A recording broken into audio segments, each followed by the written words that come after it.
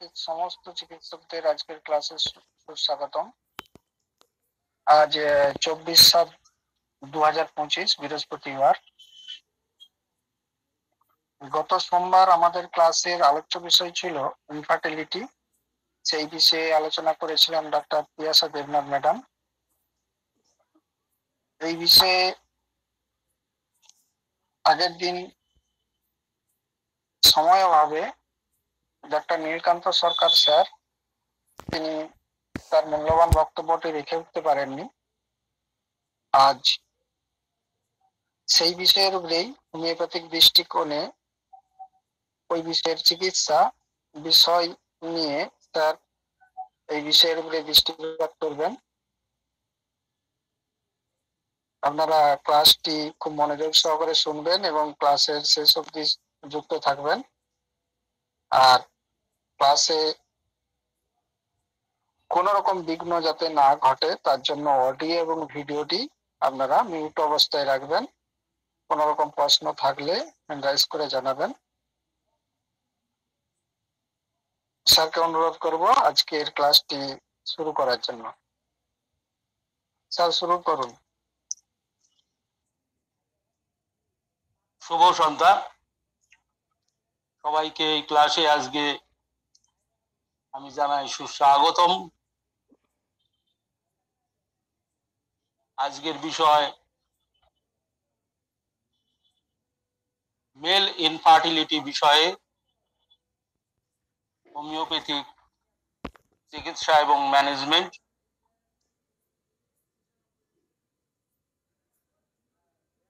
তো আমি এ বিষয়ে আগের দিনই একটা প্রশ্ন তুলেছিলাম, অর্থাৎ যেদিন ডক্টর তিয়াশা দেবনাথ এই বিষয়ের উপর গাইনোকোলজি থেকে আলোচনা করেছিল যে এই যে গোনাডোট্রপিক হরমোন যেগুলোর সাহায্যে একটা হেলদি পারমোটোজেনেসিস হয়, তার উপরে আমাদের মনস্তাত্ত্বিক বা সাইকোলজিক্যাল ইম্প্যাক্টটা কি। তো সেই বিষয়ে আমি প্রথমে কিছুটা বলে তারপর হোমিওপ্যাথিক বিষয়ে এগোতে চেষ্টা করব। আমরা জানি বা আধুনিক গবেষণা থেকে এটা প্রমাণিত হয়েছে যে মানুষের মনের উপরে যে কোনো ধরনের গ্রিপ বা স্ট্রেস যদি এসে পড়ে, এটা সাময়িক হতে পারে বা দীর্ঘমেয়াদীও হতে পারে। স্ট্রেস হতে পারে, গ্রিপ হতে পারে, আর সবচেয়ে খুব গুরুত্বপূর্ণ বিষয় যেটা মেল ইনফার্টিলিটির ক্ষেত্রে আমি বলবো সবচেয়ে গুরুত্বপূর্ণ, আমাদের একটা রুব্রিক রয়েছে, সেটা হলো ডিসঅ্যাপয়েন্টমেন্ট অফ লাভ। এই লাভ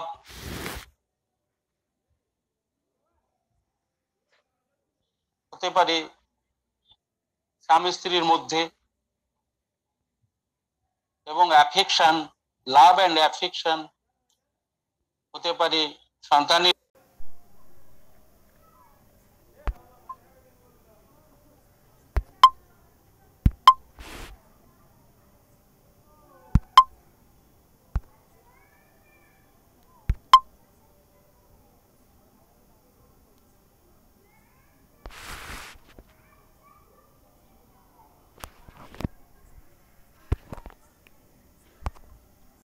ডিসঅ্যাপয়েন্টমেন্ট অফ লাভ হয়, সেটাই হচ্ছে গুরুত্বপূর্ণ বিষয় বলে আমরা গণ্য করব। বা যে কোনো রকমের আমরা জানি ইন্ডিগনেশন, মর্টিফিকেশন, এই জাতীয় চাপগুলো কি করে না, এরা গোনাডোট্রপিন ইনহিবিটরি হরমোন সিক্রেশন করে। হাইপোথ্যালামাস থেকে আমরা জানি যে গোনাডোট্রপিক রিলিজিং হরমোন সিক্রেশন হয়, but on the stress condition আমরা দেখেছি যে গোনাডোট্রপিন ইনহিবিটরি হরমোন সিক্রেশন হয়, যেটা অ্যাড্রিনাল গ্ল্যান্ড থেকে কর্টিকোস্টেরয়েড বলে হরমোনটা সিক্রেশনকে বাড়িয়ে তোলে, অ্যাক্টিভেট করে। এই কর্টিকোস্টেরয়েড গ্ল্যান্ড অর্থাৎ এখানে হাইপোথ্যালামিক পিটিউটারি অ্যাড্রিনাল অ্যাক্সিসে কাজ করলো। এইটা on the other hand feedback মেকানিজমে গোনাডোট্রপিক রিলিজিং ফ্যাক্টরকে, রিলিজিং হরমোনকে সিক্রেশন হতে বাধা সৃষ্টি করবে। আবার এই গোনাডোট্রপিক ইনহিবিটরি যে হরমোন, এটা আমাদের থাইরয়েড গ্ল্যান্ডের থাইরক্সিন থেকে ট্রাইআইরোথাইরোনিন অর্থাৎ T4 থেকে T3 তে যে কনভার্সনটা হয় সেটাকে বাধা দেবে, এবং এই বাধাটা দেবে হাইপোথ্যালামিক পিটুইটারি থাইরয়েডাল অ্যাক্সিস এর মাধ্যমে। আবার এই গোনাডোট্রপিক ইনহিবিটরি হরমোনটা কি করবে, এটা আবার গোনাডোট্রপিক রিলিজিং হরমোনকেও বাধা সৃষ্টি করবে। আর বিভিন্ন পাথওয়েতে এই গোনাডোট্রপিক ইনহিবিটরি হরমোনটা আমাদের বাধা সৃষ্টি করছে। এটা করলে কি হবে? এটা করলে এই যে হাইপোথ্যালামো পিটুইটারি টেস্টিকুলার অ্যাক্সিস, যেটা অর্থাৎ হাইপোথ্যালামাস থেকে ওখানে হাইপোথ্যালামিক পিটুইটারি রিলিজিং হরমোন বেরোচ্ছে, তারপরে অ্যান্টিরিয়র পিটুইটারি থেকে এফএসএইচ এলএইচ হরমোন বেরোচ্ছে এগুলো, এবং সেইগুলো টেস্টিস যে অর্থাৎ গোনাডে যে তার সেলগুলোকে স্টিমুলেট করবে। সেটাই হলো হাইপোথ্যালামিক পিটুইটারি টেস্টিকুলার অ্যাক্সিস। এবং এইভাবে ওখান থেকে কি হবে না, টেস্টোস্টেরন সিক্রেশন হবে। এই টেস্টোস্টেরন এখানকার সেলগুলোর, টেস্টিকুলার সেলগুলোর বায়োসিনথেসিসে সাহায্য করবে। এই গোনাডোট্রপিক ইনহিবিটরি ফ্যাক্টর এর আরো ইনহিবিটরি কার্যক্রম রয়েছে, যেমন কিসপেপটিন। এই কিসপেপটিন হরমোন রিলিজকে বাধা সৃষ্টি করবে। এর কাজ কি না, এর কাজ হচ্ছে আমাদের পিউবার্টাল যে ডেভেলপমেন্ট, সেই ডেভেলপমেন্টকে সাহায্য করা পিউবার্টির সময়, যাতে কিনা নর্মাল টেস্টিকুলার ফাংশন এবং এই যন্ত্রগুলোর কাজ স্বাভাবিকভাবে হতে পারে, সেটা বজায় রাখা। এই ঘটনাগুলো কি করবে না, আমাদের টেস্টিসের যে কোষের যে আর্কিটেকচার এবং এই যে টেস্টিস এবং অ্যাড্রেনাল যে গ্ল্যান্ডের যে স্টেরয়েডের সিনথেসিস, এই সমস্ত গুলোকে বাধা সৃষ্টি করবে। নর্মাল অবস্থা হতে দেবে না। এর ফলশ্রুতিতে কি দাঁড়াবে না, পারমাটোজেনিসিসটা কম হয়ে যাবে বা ইম্পেয়ার হয়ে যাবে। এর ফলে কি হবে না, স্পার্মের কোয়ালিটি এবং ফাংশন দুটোই কমে যাবে। শেষে উপসংহারে বলা যায় যে এই গোনাডোট্রপিক ইনহিবিটরি হরমোনটা বিভিন্ন যে মেকানিজমের মাধ্যমে একটা এই স্ট্রেস ইনডিউসড মেল ইনফার্টিলিটিতে একটা গুরুত্বপূর্ণ একটা রোল প্লে করে থাকে। সেই কারণে অ্যালোপ্যাথরা ওই স্ট্রেস কন্ডিশনে গোনাডোট্রপিক ইনহিবিটরি হরমোনকে কি করে, ওষুধের সাহায্যে একটা প্রোফাইলেকটিক একটা থেরাপি দেওয়ার চেষ্টা করে। কিন্তু এটা হচ্ছে মেকানিক্যাল ব্যাপার, এর দ্বারা তেমন ভালো কাজ হয় না, বেশি সাইড ইফেক্টই হয়। তো আমরা এখন যদি জানি, এই ঘটনাটাকে ছোট করে বোঝার মতন করে যদি বলি, তাহলে কিভাবে বলবো না, আমাদের নর্মাল ফিজিওলজিটা আগে জানতে হবে যে নর্মাল ফিজিওলজিটা কি। না, নর্মাল ফিজিওলজিটা হলো এই যে হাইপোথ্যালামিক পিটুইটারি গোনাডোট্রপিন হরমোন, এইটা যত রিলিজ হতে থাকবে এবং স্বাভাবিকভাবে রিলিজ হতে থাকবে, তত এই কিস পেপটিন অর্থাৎ পিউবার্টিকে সমৃদ্ধ করবে, পিউবার্টি রিলেটেড ডেভেলপমেন্টকে সাহায্য করবে এবং পিউবার্টির যে নর্মাল ডেভেলপমেন্ট, পুরুষের ক্ষেত্রে যদি আমরা এখানে আলোচনা করছি, পুরুষের ছেলেদের পিউবার্টিতে হেল্প করবে। আর যদি নর্মাল ডেভেলপমেন্ট হয়, অবশ্যই T4 থেকে T3 কনভার্সনও স্বাভাবিকভাবে হতে থাকবে। আর এটা যদি স্বাভাবিক হতে থাকে, তাহলে টেস্টোস্টেরন স্বাভাবিকভাবে সিক্রেশন হতে থাকবে।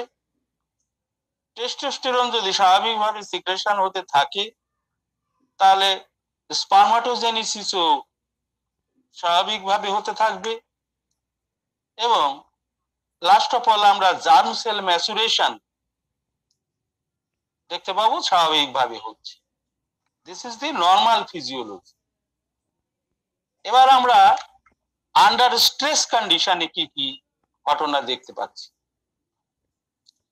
পাচ্ছি যে অ্যাড্রিনাল গ্ল্যান্ড থেকে এই ইনহিবিটরি হরমোনটা কি করছে না, কর্টিকোস্টেরয়েডকে বেশি পরিমাণ সিক্রেশন করছে, যেটা on the other hand hypothalamic pituitary gonadotropin হরমোনকে বাধা সৃষ্টি করছে।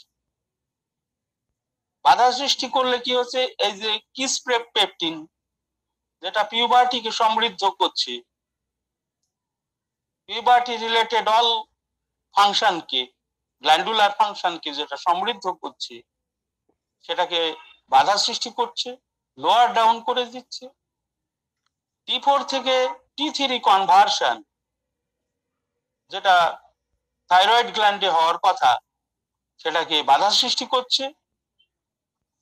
টেস্টোস্টেরন সিক্রেশন খুব লো ডিগ্রিতে হচ্ছে, স্পার্মাটোজেনিসিস তার ফলে বাধাপ্রাপ্ত হচ্ছে এবং খুব লো কাউন্ট আমরা পাচ্ছি এবং জার্ম সেল ম্যাচুরেশন তো স্বাভাবিক হবেই না, বরং ডিগ্রেডেশন হচ্ছে। এটা হলো আন্ডার স্ট্রেস কন্ডিশন এই ঘটনাগুলো। এই ঘটনাটা অ্যাকচুয়ালি কিরকম, ঘটনাটা ব্যাখ্যা করলে এরকম দাঁড়ায় যে ধরুন আরব কান্ট্রি গুলো যেখানে তেলের দেশ আছে, তেল সমৃদ্ধ এলাকা, এবার দেখা যাচ্ছে যে সেই জায়গার প্রতি ওই তেল ছাড়া তো পৃথিবী চলে না, গাড়ি বলুন, ইঞ্জিন বলুন, কলকারখানা বলুন, যাই হলো তেল ছাড়া চলছে না। তো আমাদের টেস্টিস হলো সেই যন্ত্র, ওই তেল ছাড়া চলবে না। ওই তেলটা কি? ওই তেলটা হলো হরমোন। ওই হরমোন যদি স্টিমুলেশন না দেয় তাহলে এই জার্ম সেলগুলো বা ইঞ্জিন গুলো, আমাদের যন্ত্রগুলো ও কিছুতেই চলবে না। এবার ঘটনা হচ্ছে তেল সমৃদ্ধ দেশের উপরে সবারই নজর রয়েছে, বড় বড় দেশ, সব দেশেরই প্রয়োজন চাহিদা আছে। এবার সেই নিয়েই তো বিভিন্ন সময়ে দেখা যাচ্ছে যে গন্ডগোল। একবার সাদ্দাম হোসেন যুদ্ধ বাঁধিয়ে দিল, সেই তেলের কান্ট্রি দখল করে নিল, আমেরিকা আবার তাকে হটিয়ে দিল, এরকম। আবার এখন আবার যুদ্ধ হচ্ছে ইরান ইসরায়েল, সেই প্রায় একই ঘটনা। কিছুদিন আগে রাশিয়া ইউক্রেন। আর এই যুদ্ধ যখনই স্ট্রেস, এগুলোই হচ্ছে স্ট্রেস কন্ডিশন। যখনই এরকম স্ট্রেস কন্ডিশন গুলো, এখন যেমন ইরান ইসরায়েলের মধ্যে যুদ্ধ হচ্ছে, ইরান পরিকল্পনা করছে যে তার মধ্য দিয়ে যে একটা সাগরের অংশ বয়ে চলেছে, যেখান দিয়ে সমস্ত তেলের জাহাজগুলো ওখান দিয়ে পাস করে, ওরা ইরান সেই জায়গাটাকে বন্ধ করে দেয়। তাহলে কি হবে? তেলের জাহাজ আর বিভিন্ন জায়গায় পৌঁছতে পারবে না। না পারলে কি হবে? পৃথিবীর ব্যবসা বাণিজ্য উপরে একটা প্রভাব পড়বে, আর সেই প্রভাবের ফলেই যুদ্ধের গতি প্রকৃতি অন্যদিকে ঘুরে যাবে। তো এরকম ঘটনা যে ওই তেলটা তো ওখানে তৈরি হচ্ছে ঠিকই, কারখানা, তেলের কারখানা। এবার এই যে হরমোন গুলো আন্ডার স্ট্রেস কন্ডিশন কি করছে, এই বিভিন্ন দেশ কি করছে, সেই জায়গায় বাধা সৃষ্টি করছে যাতে উৎপাদন ব্যাহত হয়। তাহলে এটাই হলো, এই যে ব্যাহত হচ্ছে, এটাই হচ্ছে গোনাডোট্রপিক ইনহিবিটরি হরমোন।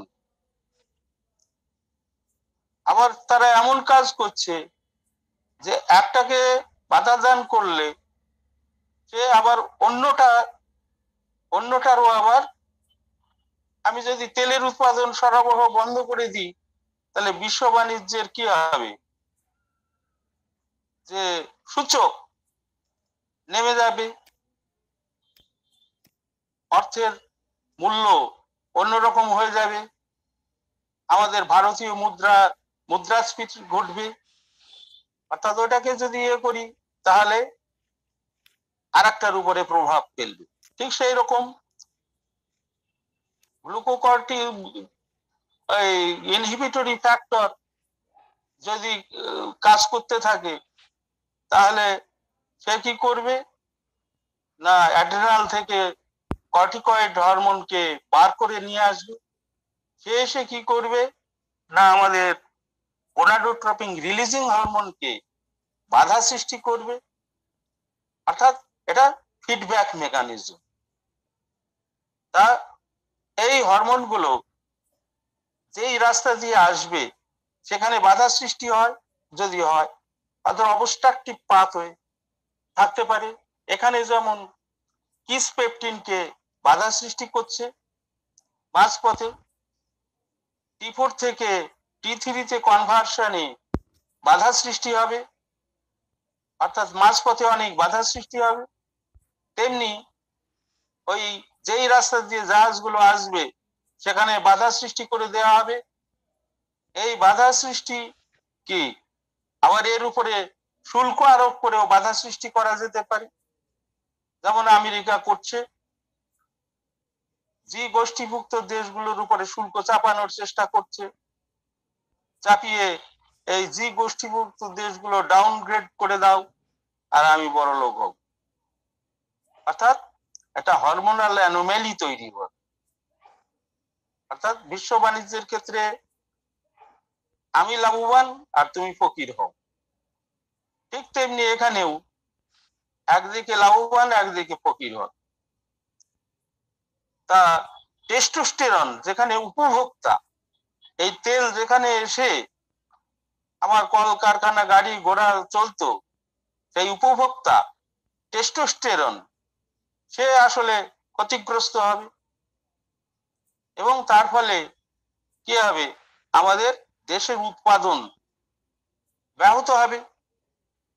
কলকারখানা চলবে না, গাড়ি ঘোড়া চলবে না, কোনো কিছু চলবে না, সুতরাং সবকিছু ব্যাহত হবে। ব্যাহত হলে কি হবে, দেশটা মার খাবে, ঠিক আমাদের শরীরটাও মার খাবে, এরকম একটা ব্যাপার। তো স্ট্রেস জিনিসটা এরকম যে মূল জায়গায় সে আঘাত করবে এবং তা থেকে ইফেক্টর অর্গানের উপরে ধাপে ধাপে এসে তার প্রভাব ফেলে দেবে। তো আমরা এটা আধুনিক গবেষণাগুলো থেকে দেখতে পাচ্ছি। এছাড়াও আমরা ফ্রয়েডিয়ান সাইকোলজি থেকে জানি যে শৈশবকালীন কোনো একটা এই সেক্স রিলেটেড ট্রমা যদি হয়, যেখানে ফ্যালিক স্টেজ অর্থাৎ মুখের মুখে মুখে তার স্বাদ আসছে যেই সময়, অথবা অ্যানাল স্টেজ যেখানে পায়খানা পেচ্ছাপ হওয়ার মধ্য দিয়ে একটা সেক্স অনুভব করছে, অথবা জেনিটাল স্টেজ যেখানে প্রকৃত সেক্স ডেভেলপ করছে পিউবার্টির দিকে, এরকম সময়গুলোতে যদি দেখি যে কোনো ট্রমা হয়, তাহলে এই শিশুর সেক্স রিলেটেড একটা ফোবিয়া সারা জীবনই থেকে যায় এবং সেটা অবদমিত অবস্থায় থেকে যায়। এই অবদমন থেকে এই শিশুটার সেক্স রিলেটেড এই যে হরমোনাল ডেভেলপমেন্ট, এগুলো ইম্পেয়ার হয়ে যায় এবং তার সেক্সুয়াল ক্যারেক্টারের মধ্যে পরিবর্তন আসে, যেখানে হাইপোসেক্স হতে পারে, অর্থাৎ সেক্স ফোবিয়া হতে পারে, ফিয়ার অফ আমাদের যেরকম রুব্রিক আছে ফিয়ার টু অপোজিট সেক্স, সেটা হতে পারে। এই ধরনের বিভিন্ন রকমের সমস্যাগুলো এসে যায়। পরবর্তীকালে গবেষকরা এটা দেখেছেন, এটা একটা জেনেটিক্যাল কমপ্লেক্সের মাধ্যমে এই জিনিসটা, এই সিনড্রোম গুলো তৈরি হয়ে যায়। তো সুতরাং আমরা দেখছি যে অ্যাকচুয়ালি গাইনোকোলজি পড়তে গেলেও সাইকিয়াট্রি জানার দরকার, কারণ সব মন থেকেই শরীরের উপরে প্রভাবগুলো পড়ে। সুতরাং আমি এই বিষয়ে আর না এগিয়ে এবার হোমিওপ্যাথিক দৃষ্টিকোণ থেকে ব্যাপারটা বিচার বিশ্লেষণের দিকে যাচ্ছি।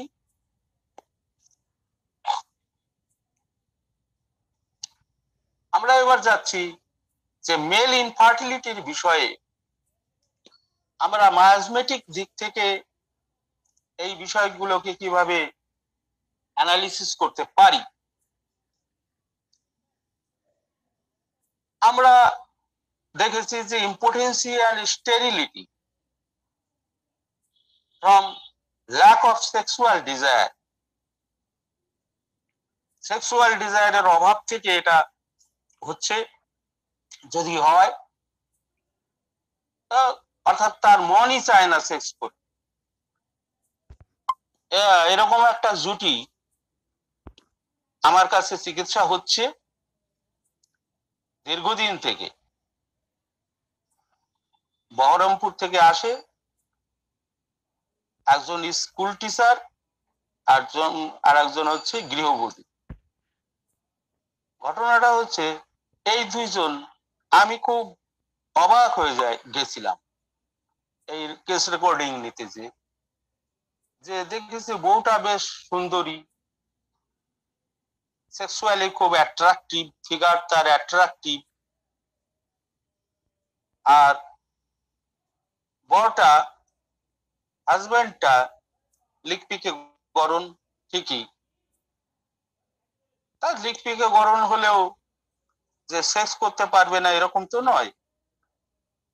কিন্তু ঘটনা হলো এই যে এই হাজব্যান্ডটার সেক্স করার ইচ্ছা বিন্দু মাত্র নেই। সে আবার এটাকে ধর্মীয় মোড়ক দিয়ে বেঁধে রেখে দিয়েছে।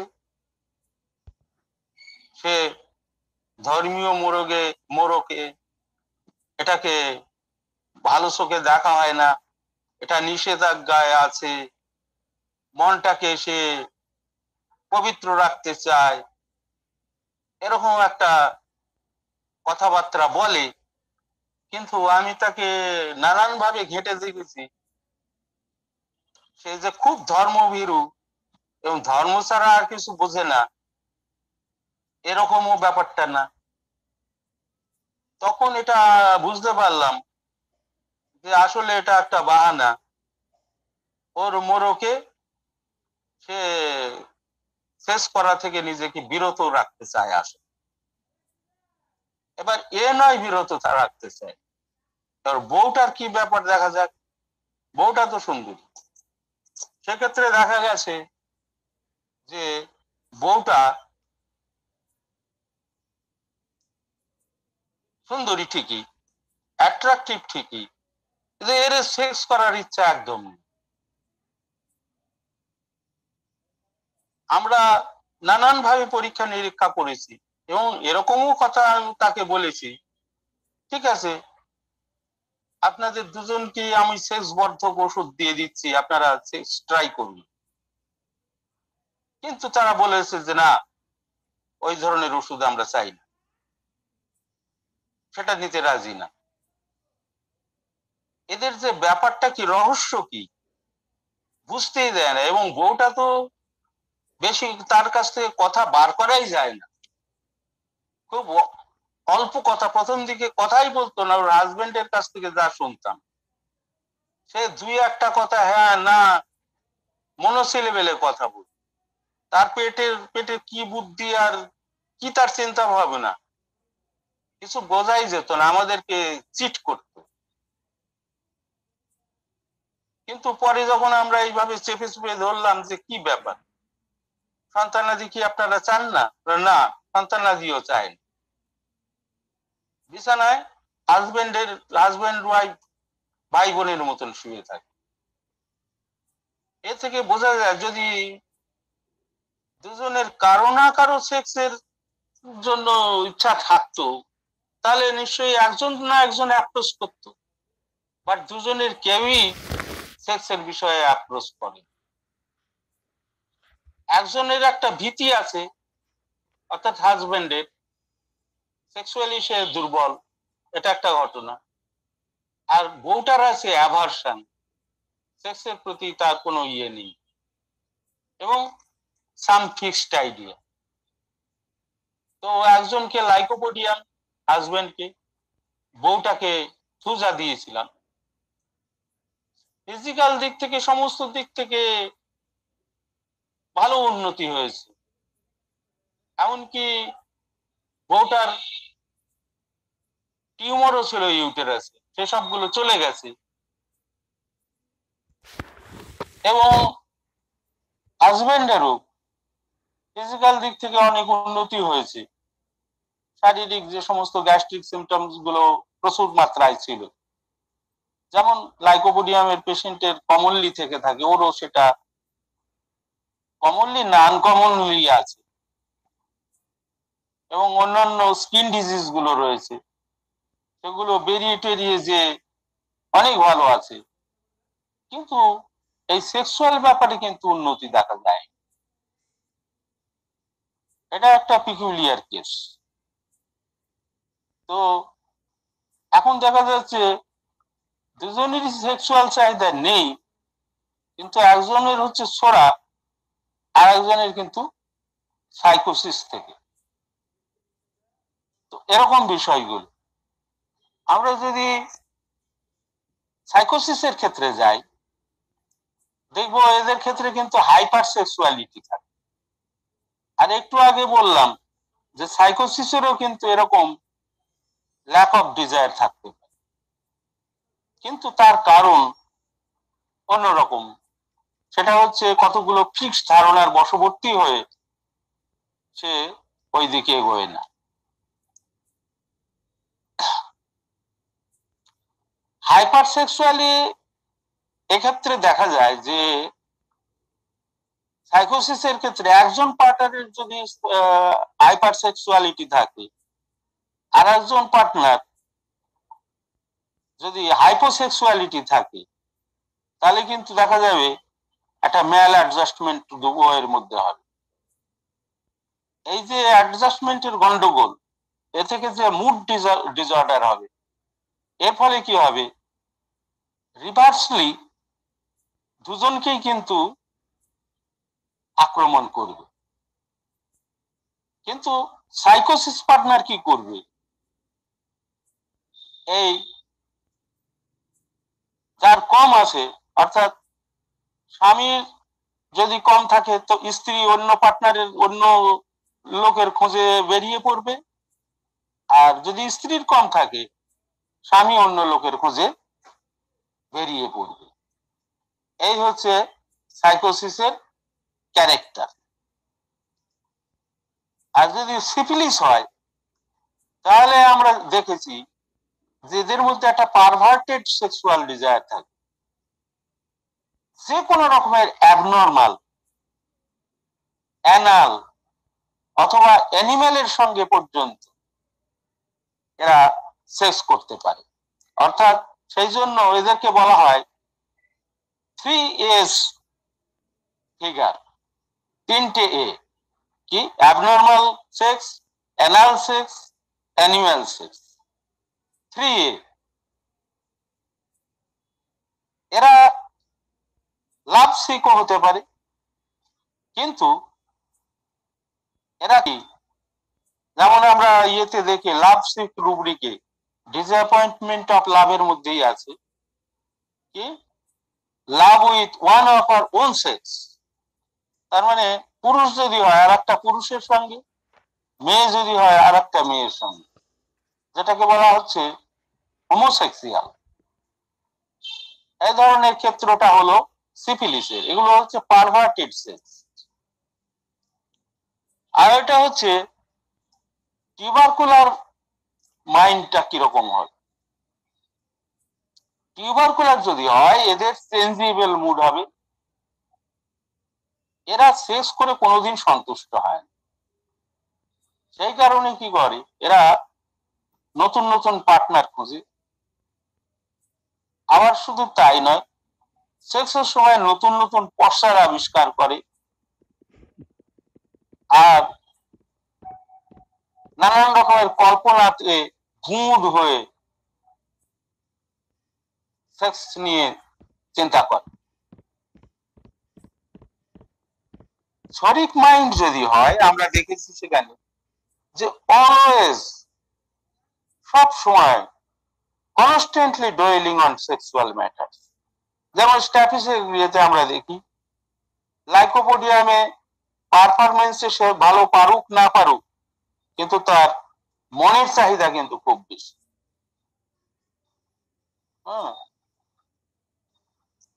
The sexual passion is too high, but physically weak. Lycopodium. আবার তার সেমিনাল এমিশনও দেখা যাবে খুব ইজিলি বেরিয়ে যাচ্ছে, কিন্তু মন চায় অনেক বেশি। এ হলো শরিক মাইন্ড।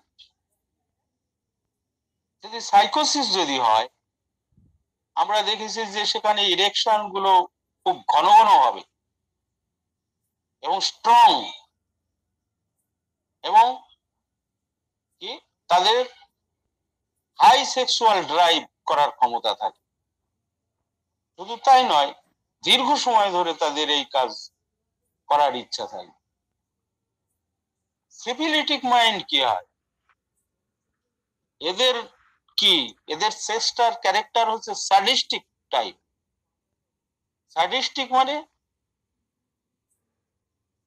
তাকে যদি নিপীড়ন করে অর্থাৎ যন্ত্রণা দিয়ে শেষ করা হয়, তাতে তার আনন্দ। মারধর, এমনকি কাটাকুটি পর্যন্ত হতে পারে। আবার আরেকটা আছে ম্যাসোসিস্টিক। ম্যাসোসিস্টিক মানে হচ্ছে অন্যকে কষ্ট দিয়ে আনন্দ, অর্থাৎ সেক্সের সময় অন্যকে কষ্ট দিয়ে একটা পার্টনার আনন্দ পাচ্ছে। অর্থাৎ একটা পার্টনার হচ্ছে কষ্ট দিয়ে আনন্দ পাচ্ছে, আর একটা হচ্ছে কষ্ট পেয়ে আনন্দ হচ্ছে। কষ্ট পেয়ে যে আনন্দ হচ্ছে স্যাডিস্টিক, আর কষ্ট দিয়ে যে আনন্দ পাচ্ছে এটা হচ্ছে ম্যাসোসিস্টিক। কিন্তু এই ধরনের সেক্স পারভার্সন যদি দেখা যায়, কোনো একটা পার্টনারের মধ্যে যদি দেখা যায়, তাহলে অপর পার্টনার যদি ঠিক অনুরূপ না হয়, তাহলে কিন্তু ডিভোর্স অনিবার্য। এবং যেটাই আজকাল বহু ক্ষেত্রে ডিভোর্সের কারণ হয়। আবার টিউবারকুলার মাইন্ডের ক্ষেত্রে আমরা দেখছি যে এদের সেক্স অনেক সময় কিন্তু পেইনফুল সেক্স হতে পারে, কিন্তু পেইনফুল হলেও সেক্সের ক্ষেত্রে খুব অত্যাচার নিয়ম করে, ফিজিক্যালি এবং মেন্টালি, অতিরিক্ত ভাবে এই সেক্সকে ব্যবহার করে। এবার আসবো আমরা সেক্সুয়াল বিহেভিয়ার কেমন। যদি আমরা ছোড়ার ক্ষেত্রে দেখি যে এদের সেক্স করতেই ইচ্ছে হয় না, যেমন আমাদের রুব্রিক গুলোতে আছে, বেশিরভাগ আমি কেন্ট এর রেপার্টরি থেকে রুব্রিক গুলো নিয়েছি, যেখানে বলছে coition aversion, enjoyment absent, or easily discharges semen, এগুলো হচ্ছে শরিক বৈশিষ্ট্য।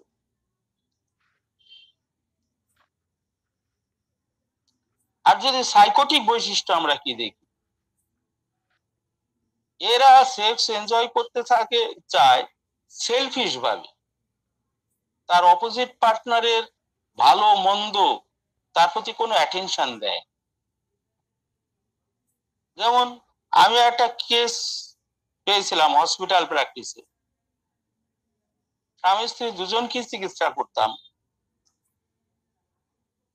স্ত্রীটা ছিল খুব ইনডিফারেন্ট এবং তার শরীর খুব দুর্বল প্রকৃতির, এবং সেক্সের দিকে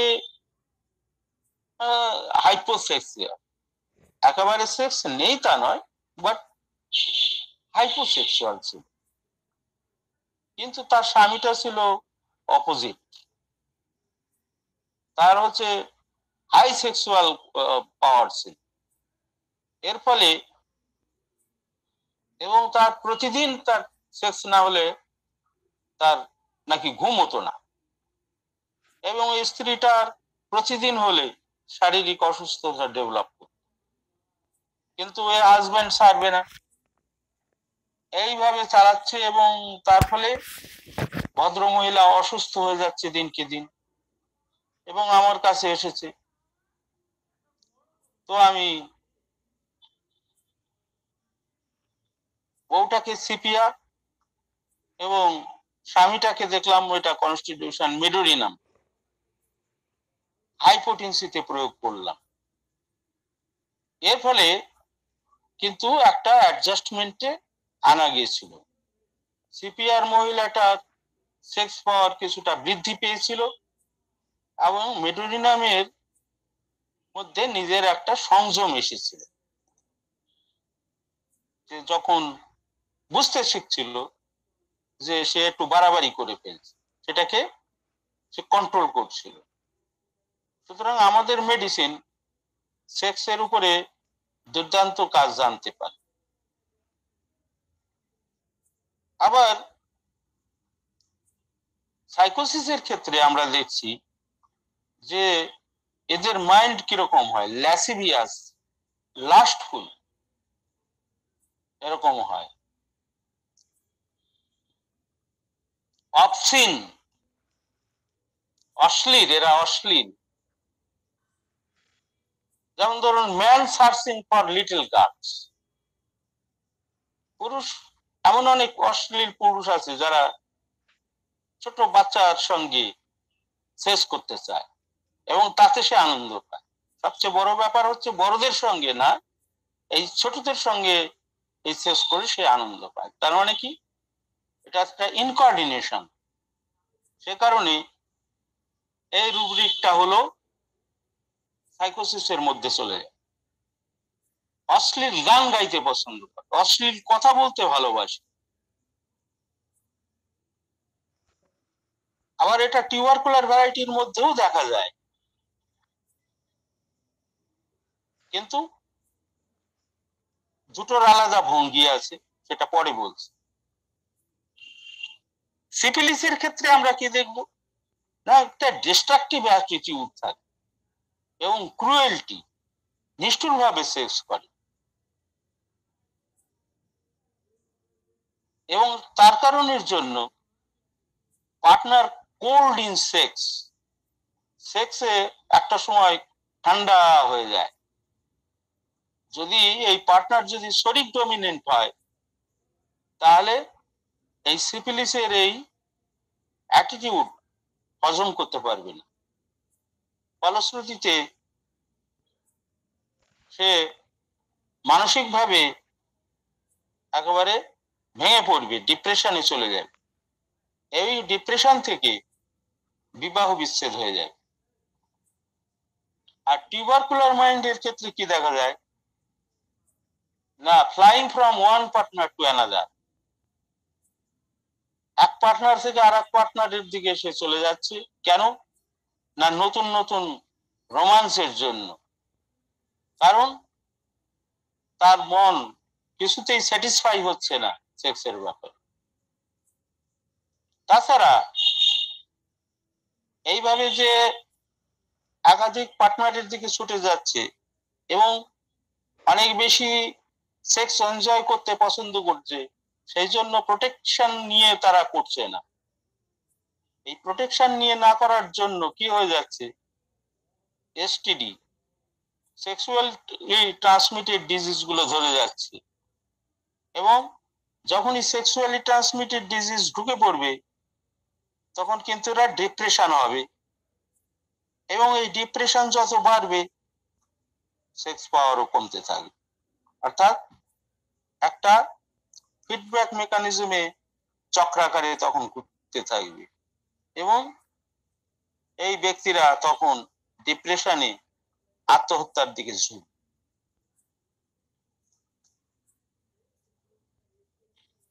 শাইনেস আর টিমিডিটি, এটা হচ্ছে সোরার বৈশিষ্ট্য। আমরা জানি যে ফিয়ার অফ অপোজিট সেক্স, এটা হচ্ছে সোরাতে পাই। আবার সেরকম দেখবো স্যাটিরিয়াসিস, মানে আনকন্ট্রোলেবল আর excessive sexual desire in a man, নিজেকে এত মানে এক্সেসিভ সেক্স তার মধ্যে জাগরিত হয়েছে যে সে নিজেকে কন্ট্রোলই করে রাখতে পারছে। স্যাটিরিয়াসিস সাইকোটিক বৈশিষ্ট্য। রেপিস্ট, যারা রেপ করে, এরা হচ্ছে পারভার্টিভ মাইন্ডে, এরা হচ্ছে সিভিলিটিক বৈশিষ্ট্যের মতো। shameless, এরা exposes themselves, যেখানে তারা কাপড় চোপড় খুলে তার অর্গানকে শো করতে চায়, এগুলো হচ্ছে সিভিলিটিক বৈশিষ্ট্যের অধিকারী। আবার দেখা যাচ্ছে যে লিউট টক যারা করে, বিছানায় যারা শেমলেস, তারা টিউবারকুলার মাইন্ডে। এবং এই তাদের মধ্যে বিভিন্ন খালি অন্য অন্য অনেক রোগ ডেভেলপ করে। ছোরাতে আমরা দেখেছি যে মেলের মধ্যে একটা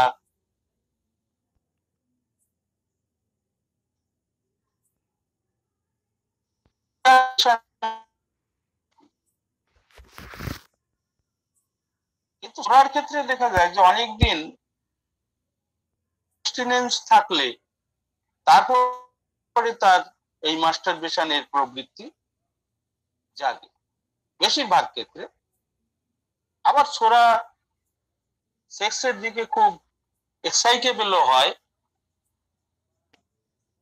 কিন্তু ছোড়ার যেটা বৈশিষ্ট্য ইজি এক্সাইটমেন্ট, কিন্তু ক্যানট সাস্টেন দ্যাট এক্সাইটমেন্ট, মানে সেই এক্সাইটমেন্ট ধরে রাখতে পারে না, মানে ইজিলি সেমিনাল এমিশনটা হয়ে যায়।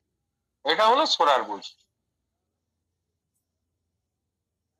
মাস্টারবেশন যদি ঘুমের মধ্যে করে, অথবা মাস্টারবেশন করার জন্য যদি গোপনীয়তা বা নির্জন জায়গা খোঁজে, বুঝতে হবে এটা সাইকোসিস। মাস্টারবেশন যদি আনন্যাচারালি করে, যেমন ধরুন অনেকে আজকাল বিভিন্ন ধরনের ডিভাইসেস পাওয়া যায়, আজকাল বহু আগেও পাওয়া যেত, বিভিন্ন ধরনের সেক্স ডিভাইস থাকে, প্লাস্টিকের, রবারের ইত্যাদি, সেগুলো নিয়ে আনন্যাচারাল ভাবে যদি সেক্স করতে চায়, মাস্টারবেট করে, সিভিলিটি বৈশিষ্ট্য। আবার এলিমেন্টস ফ্রম মাস্টারবেশন থেকে বিভিন্ন রকমের এলিমেন্ট হয়, সেক্সুয়াল এক্সেস, এমনকি আফটার সেক্সুয়াল এক্সেস, অতিরিক্ত সেক্সুয়াল সেক্স করেছে তারপরেও মাস্টারবেশন করছে, তার মানে নিজেকে একেবারে মানে ফিজিক্যালি নিঃশেষ করে দিচ্ছে। এটা টিউবারকুলার বৈশিষ্ট্য। কার্বোভেজের মধ্যে আমরা সেটা দেখতে পাই। ফ্যান্সিফুল মাস্টারবেটিং প্রসেস, নানা রকমের সব কল্পনাপ্রসূত সব পদ্ধতি, নতুন নতুন পার্টনার খুঁজে তাদের সঙ্গে নতুন নতুন পদ্ধতিতে শেষ করতে চাওয়াটা টিউবারকুলার বৈশিষ্ট্য। একটা সিমটম আছে ম্যাটেরিয়া মেডিকা, যেরকম যে অনানিজম, when the patient is greatly distressed by the culpability of the act, মানে এত সে সেক্সের অ্যাবিউজ করেছে, অনানিজম অত্যাচার করেছে, যাতে কিনা ওই কাজের ফলাফল নিয়ে সে খুব মানে ডিস্ট্রেসড হয়ে পড়েছে, অস্থির বা চিন্তিত হয়ে পড়েছে বা ডিপ্রেসড হয়েছে। আমরা এইসব রুব্রিক গুলো আমাদের ম্যাটেরিয়া মেডিকাতে হামেশাই দেখতে পাই। ফসফরিক অ্যাসিড, ডায়োস্কোরিয়া, স্ট্যাফিসাগ্রিয়া, এসব ওষুধের মধ্যে খুবই পাওয়া যায়। ইম্পোটেন্সি, যদি ইরেকশনে আমরা দেখি এবার যে সেক্সুয়াল অর্গানের ক্ষেত্রে, তাহলে আমরা দেখব যে ইরেকশনটা হচ্ছে না, কিন্তু সেক্সের ইচ্ছা আছে, সেক্স করার মনে ইচ্ছা আছে, কিন্তু যন্ত্রটা কিন্তু ইরেক্টেড হচ্ছে না। ওটা জানতে হবে শরীর বৈশিষ্ট্য। আবার যদি দেখা যায় যে গনোরিয়া হওয়ার পরে এই ইরেকশনটা এইভাবে বন্ধ হয়েছে, তাহলে কিন্তু এটা সাইকোটিক ক্যারেক্টারের। এবং আমরা ওষুধগুলো দেখি, আর্জেন্টাম, নাইটিকাম, মেডোরিনাম, সালফার, থুজা, এইসব ওষুধের মধ্যে রয়েছে সব সিমটম। আবার ইরেকশন যদি ওয়ান্টিং, যদি সিফিলিস থেকে হয়, তাহলে এটা সিফিলিটিক বৈশিষ্ট্য, মার্কারির মধ্যে তীব্রভাবেই আছে। আবার যদি দেখি স্টাল্টিফাইড বাই সাডেন ল্যাক্সনেস অফ পেনিস, মানে শেষ করার সময় দেখা যাচ্ছে স্টাল্টিফাইড কথাটার অর্থ হচ্ছে স্টুপিফাইড, মানে সে বোকা বনে গেছে। কি কেন? যে ইরেকশন হয়েছিল কিন্তু হঠাৎ করেই দেখা গেল পেনিস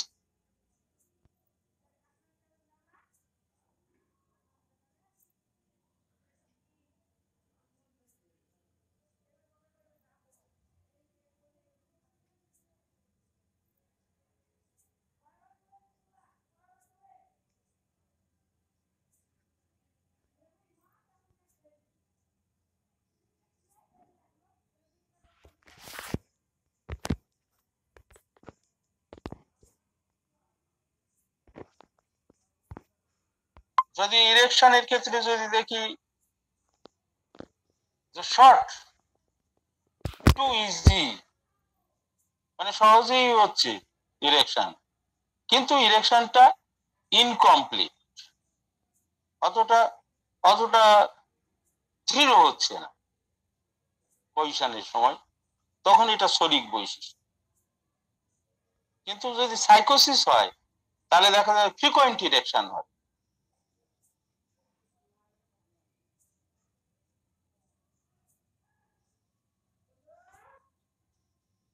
আবার এরকমও হতে পারে সোরার ক্ষেত্রে দেখা যাচ্ছে যে ইরেকশনটা সেলডম, মানে কদাচিৎ হয়, without sexual desire, sexual desire নেই কিন্তু ইরেকশনটা কখনো কখনো তাও হচ্ছে, এরকমও হতে পারে। কিন্তু আমরা যদি সিফিলিসের ক্ষেত্রে যাই, দেখছি একটা পেইনফুল ইরেকশন হচ্ছে, যেটা ক্ষেত্রে রাত্রে হয়, ক্যাকটাসে, ক্যাপসিকামে, হিপারে, মার্কারিতে, নাইট্রিক অ্যাসিডে, ন্যাট্রামিউ, ফসফরাস, এইসব ওষুধের ক্ষেত্রে এরকম পেইনফুল একটা ইরেকশন হয়। ইরেকশন যদি ট্রাবলসাম হয়, কষ্টদায়ক হয়, বুঝতে হবে এটা সিফিলিটিক বৈশিষ্ট্য।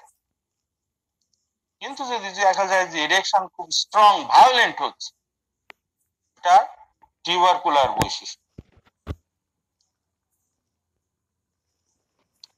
এবার আমরা যাবো আর একটা রুব্রিকে, এটা হচ্ছে আমাদের মেটিয়ামেরিকা এবং রেপার্টরিতে আছে, সেক্সুয়াল প্যাশন। প্যাশন মানে মনের একটা যে আকুলতা, সেক্স বিষয়টাই তো মনের সঙ্গে রিলেটেড। এখানে যদি সেক্সুয়াল প্যাশন খুব ডিমিনিশড থাকে এবং খুব ইজি এক্সাইটমেন্ট থাকে, কিন্তু তার সঙ্গে দেখা যাবে যে এক্সাইটমেন্ট হচ্ছে, প্রোস্টেটিক ফ্লুইড বেরিয়ে যাচ্ছে।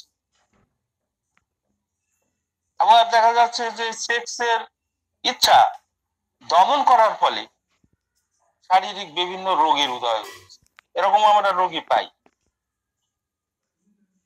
সেক্সুয়াল প্যাশন আছে, খুব আকুল ইচ্ছা আছে, কিন্তু ইরেকশন হচ্ছে, এরকম ক্ষেত্রগুলোটা হচ্ছে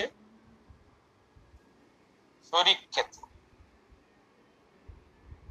শরিক ডমিনেন্ট। আবার সাইকোসিসের ক্ষেত্রে আমরা কি দেখবো, যে ইনক্রিজড সেক্সুয়াল ডিজায়ার বেড়ে গেছে, এরা অতিরিক্ত সহবাস পছন্দ, কামোন্মত্ততা একটা রূপ আছে, আপনারা দেখেছেন। এখানে 3টে মায়াজমই কিন্তু আছে, যার মধ্যে সাইকোসিস ডমিনেন্ট থাকবে হলে দেখা যাবে যে কাম উন্মাদনা যথেষ্ট পরিমাণে রয়েছে এবং ম্যানিয়াটিক টাইপের, বিশেষ করে স্ত্রীদের মধ্যেই এটা বেশি অনেক সময় দেখা যায়। যদি তা দেখা যায়, দেখা যাবে যে তাদের মধ্যে ভায়োলেন্ট হচ্ছে এবং তারা সহজে সন্তুষ্ট হতে পারছে, সেই জন্য সে ম্যানিয়াগ্রস্ত হয়ে পড়ে। এরকম যদি কেস হয় তাহলে বুঝতে হবে এটা টিউবারকুলার। আর যদি ম্যানিয়াটিক অবস্থায় একটা পারভার্সনের মতন বিহেভ করে, পারভার্সাল সেক্সুয়াল ম্যানিয়া যদি হয়, তাহলে ওটা সিফিলিস হবে। এই জন্য নিম্ফোম্যানিয়ার মধ্যে 3 মায়াজমই বর্তমান।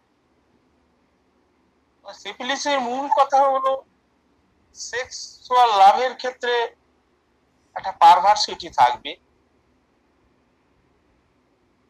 এবং এই পারভার্সন নিয়ে হচ্ছে এর মূল কথা, অর্থাৎ নর্মাল সেক্সে পছন্দ করে না এবং তাতে সে আনন্দও পায় না। সবচেয়ে বড় কথা হলো এই।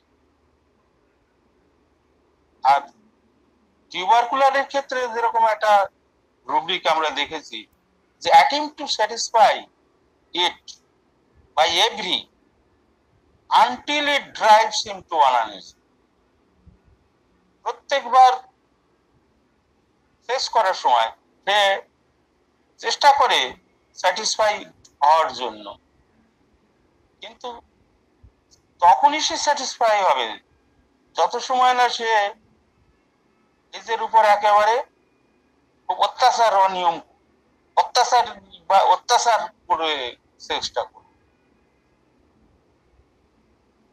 অ্যানালথেরিয়াম এটা আছে, যেখানে excessive sex, violent sexual passion রয়েছে আমাদের এই টিউবারকুলার পেশেন্টদের মধ্যে, ড্রাইভিং হিম টু, আগেই বললাম, সেক্সুয়াল ম্যানিয়াতে নিয়ে যায় এবং এদের মধ্যেও সেই কারণে নিম্ফোম্যানিয়া থাকে। আগে বলেছিলাম যে স্যাডিস্টিক হলে বা ম্যাসোসিস্টিক সেক্স হলে, অর্থাৎ নিজের উপর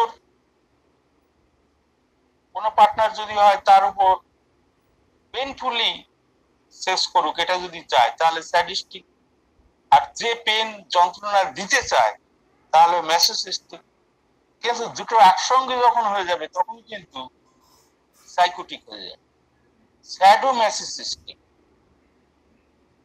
এটা যখন যোগ হয়ে যাচ্ছে তখন স্যাডোম্যাসোসিস্টিক হয়ে যাচ্ছে। তখন কিন্তু আমরা দেখছি যে ওষুধগুলো অ্যানাকার্ডিয়াম, মেডোরিনাম, প্লাটিনাম, স্ট্যাপিসাগ্লিয়া, থুজা, অর্থাৎ সবই অ্যান্টিসাইকোটিক মেডিসিন। কেন এরকম হলো? তার কারণ হলো দুটো একসঙ্গে কনজয়েন্ট হয়ে যে ওই আলাদা ধারালো ভাবটা কমে যে সেক্স এনজয়মেন্টের দিকটা এবং ইনক্রিজ অফ সেক্স এর মাত্রা বাড়িয়ে দিয়েছে। সেই জন্য এটা সাইকোসিসে রূপান্তর। সেমিনাল ডিসচার্জ আর একটা রুব্রিক আছে, যেখানে কৈশানের সময় যে ডিসচার্জটা বেরোচ্ছে দেখা যাচ্ছে যে সেটা ঠান্ডা। আবার এমন হচ্ছে কৈশান করছে ঠিকই, ডিসচার্জ হচ্ছে না, বা হলেও ইনকমপ্লিট বা একটু লেট হচ্ছে, অথবা উল্টোটাও হতে পারে খুব তাড়াতাড়ি বেরোচ্ছে।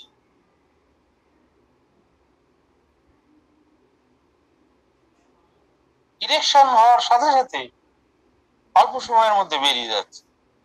এমনকি যে যন্ত্রটা পুশ করার আগে, ভেতরে ঢোকানোর আগেই বেরিয়ে চলে যাচ্ছে। এরকম হলে বুঝতে হবে এটা শরীর। কিন্তু যদি দেখা যায় এই সেমিনাল ডিসচার্জ অনেক পরিমাণে হচ্ছে, পরিমাণগত দিকে অনেক, এবং অনেক সময় ধরে হচ্ছে, তাহলে কিন্তু এটা সাইকোসিস। ডিসচার্জটা যদি ব্লাডি টাইপের হয় এবং যদি পেইনফুল হয়, বুঝতে হবে এটা সিভিলিটি। ব্লাডের সঙ্গে যদি হেমোরেজ থাকে, যেটাকে হিমোস্পার্মিয়া বলা হয়, এবং তার সঙ্গে যদি প্রচুর পরিমাণ বেরোয় এবং কষ্টদায়ক যদি হয় বেরোনোটা, এবং অনেক দেরিতে যদি বেরোয়, তাহলে বুঝতে হবে এটা টিউবারকুলার ভ্যারাইটির মধ্যে।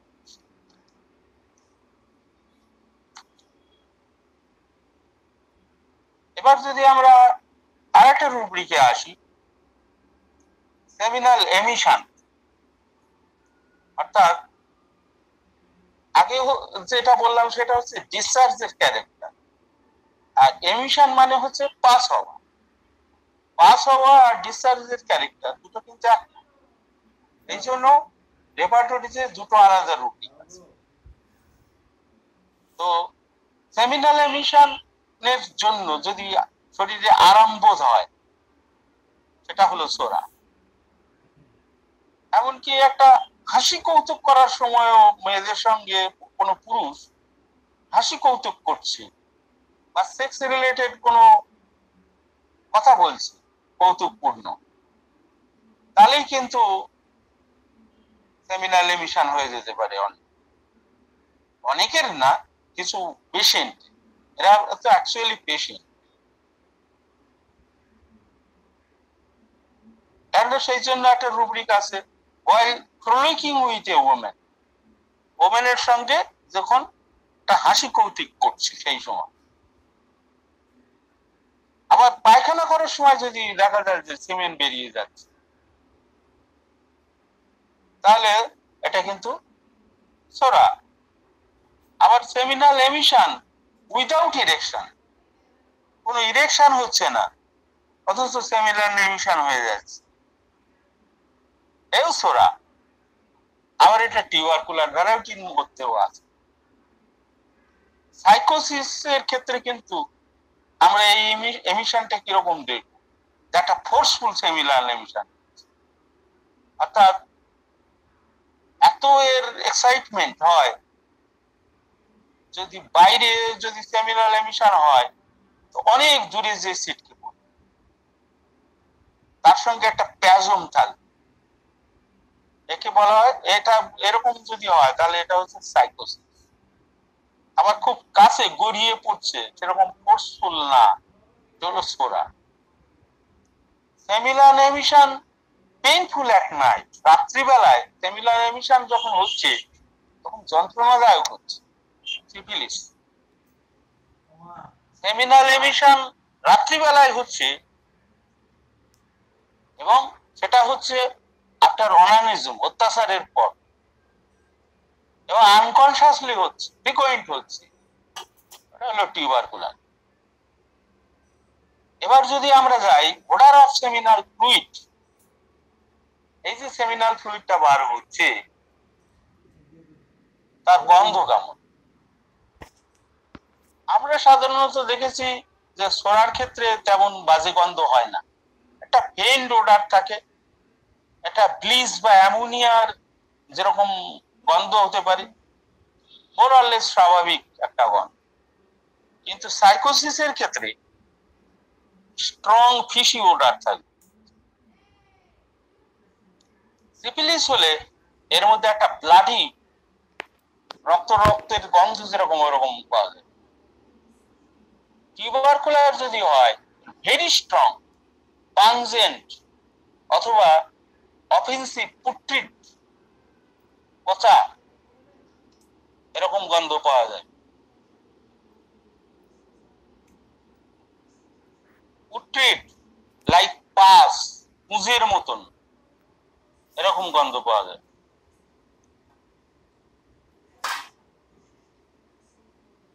এবার আসি আর একটা রূপ দিকে, যেটা খুব ইম্পর্টেন্ট। এগুলো তো বইতে নেই, কিন্তু আমি এটাকে মাথা কাটিয়ে সাজিয়েছি,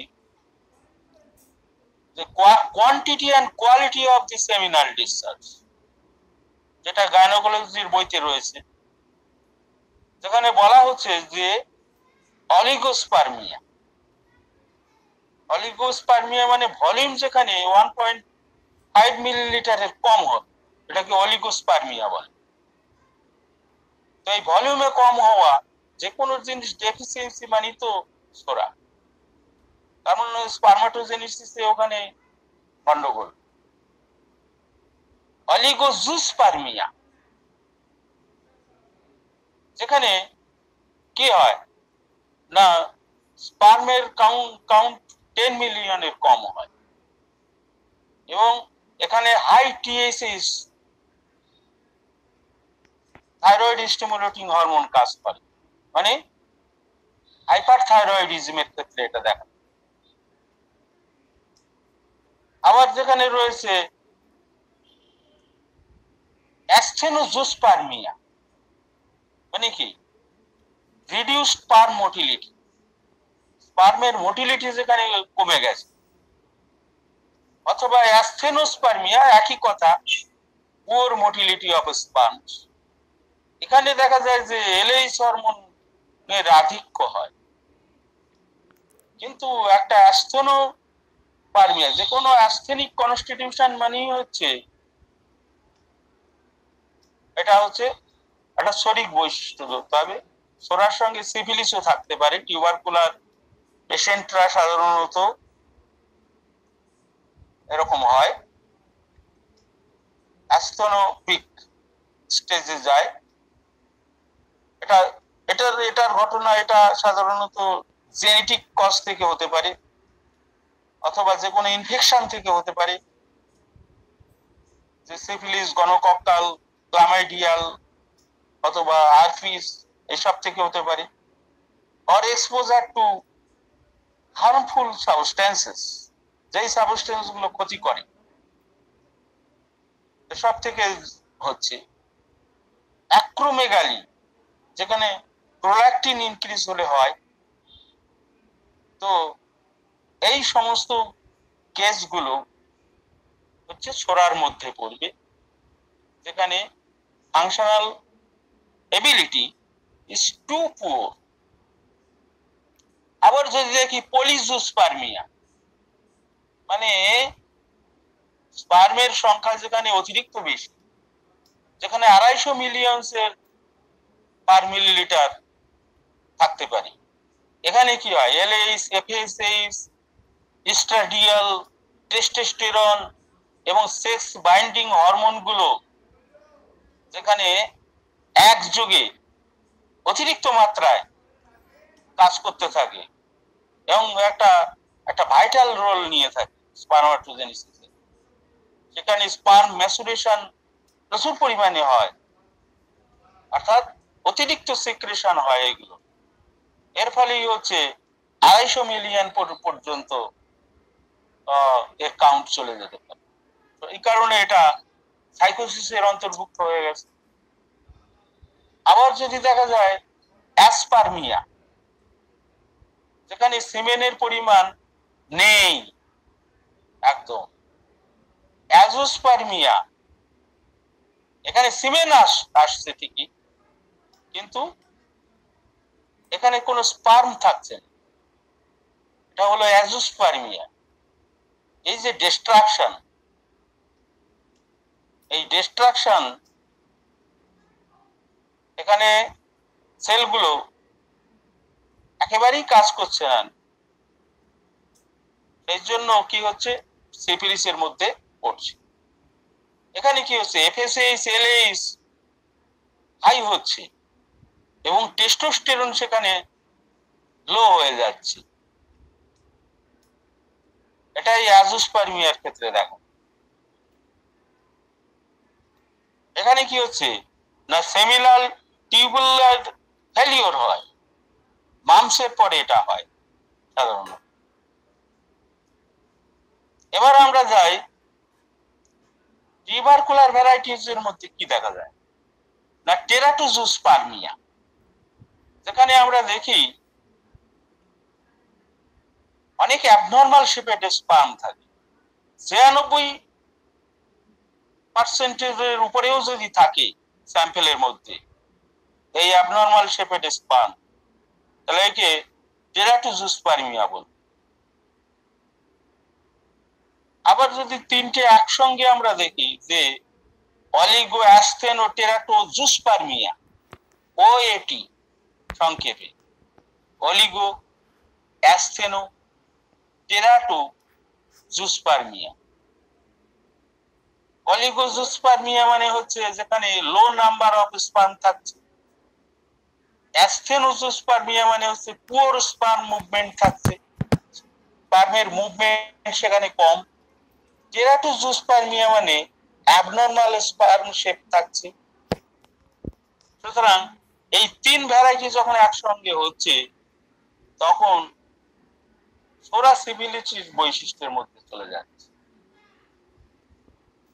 অর্থাৎ গঠনগত মুভমেন্টগত সব দিক থেকে গন্ডগোল। এবার আমরা যদি যাই যে pathological states of the genital system, তাহলে কি দেখব না কোল্ডনেস অফ দি জেনিটাল। এই রুব্রিক গুলো আমি কেন্টের বই থেকে, কেন্টের রেপার্টরি থেকে সংগ্রহ করেছি। Coldness of the genital of penis, scrotum, testis, এই যন্ত্রগুলো ঠান্ডা, হাত দিলে দেখা যাবে ঠান্ডা, বডির অন্য অংশের তুলনায় এটা ঠান্ডা। রিল্যাক্স স্ক্রোটাম, স্ক্রোটামটা যেন রিল্যাক্সড, ঝুলে আছে দেখা যাচ্ছে। রিট্রাকশন, পেনিস মনে হচ্ছে ভেতর ঢুকে গেছে, প্রিপিউসটা ভেতর ঢুকে গেছে। তো স্ক্রোটাম, টেস্টিস রেট্রাক্টেড হয়ে গেছে, ভেতরে শুকিয়ে গেছে, টেনে নিয়েছে যান। এরকম হলে এই প্যাথোলজিক্যাল স্টেটটা সরান।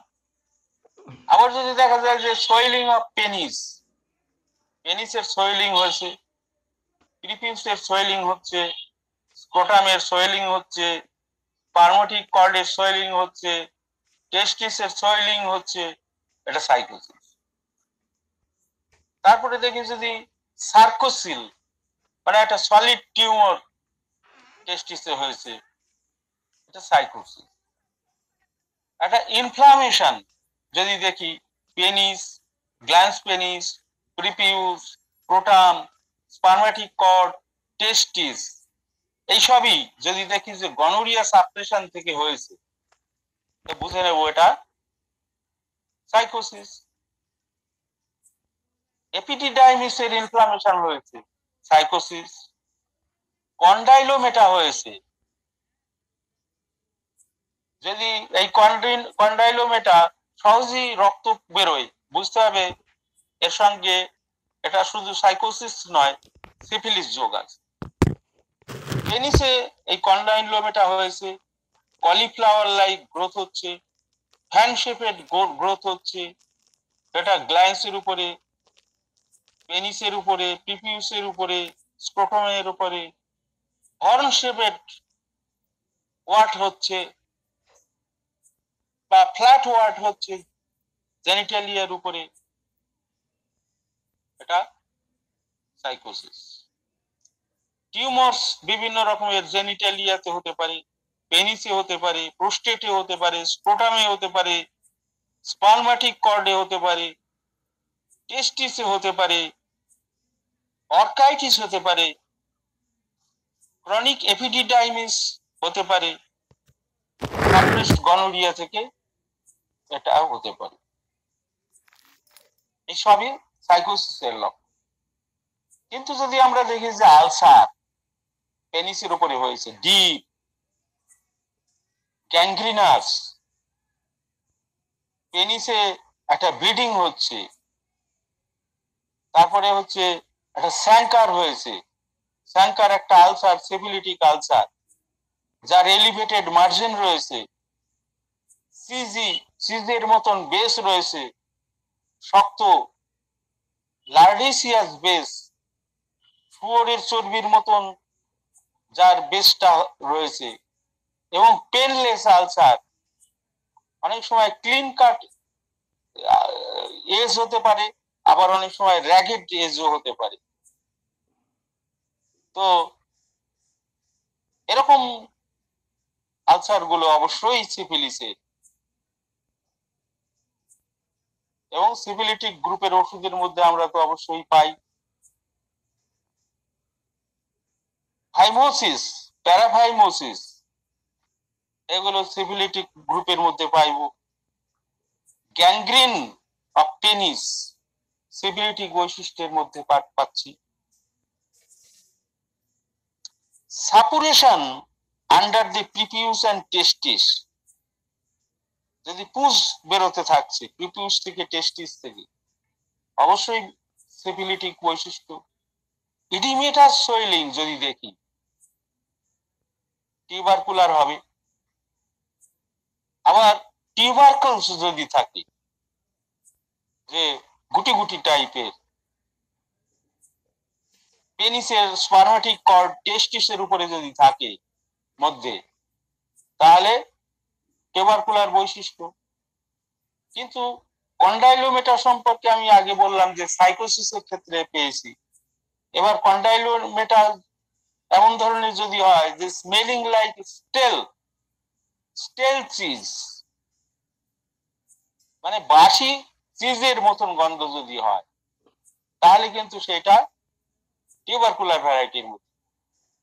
টিউবারকুলার ভ্যারাইটির মধ্যে হেমাটোসিল থাকবে, অর্থাৎ স্যাকের ভেতরে রক্ত জমাট একটা অংশ পাওয়া যাবে।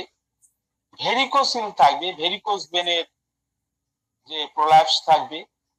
ফিস্টুলার ওপেনিং অফ স্ক্রোটাম যদি হয়, স্ক্রোটামের ভেতর দিয়ে কোনো ফিস্টুলার ওপেনিং ভেতর থেকে বাইরের দিকে আসছে, তাহলে বুঝতে হবে এটা টিউবারকুলার ভ্যারাইটি।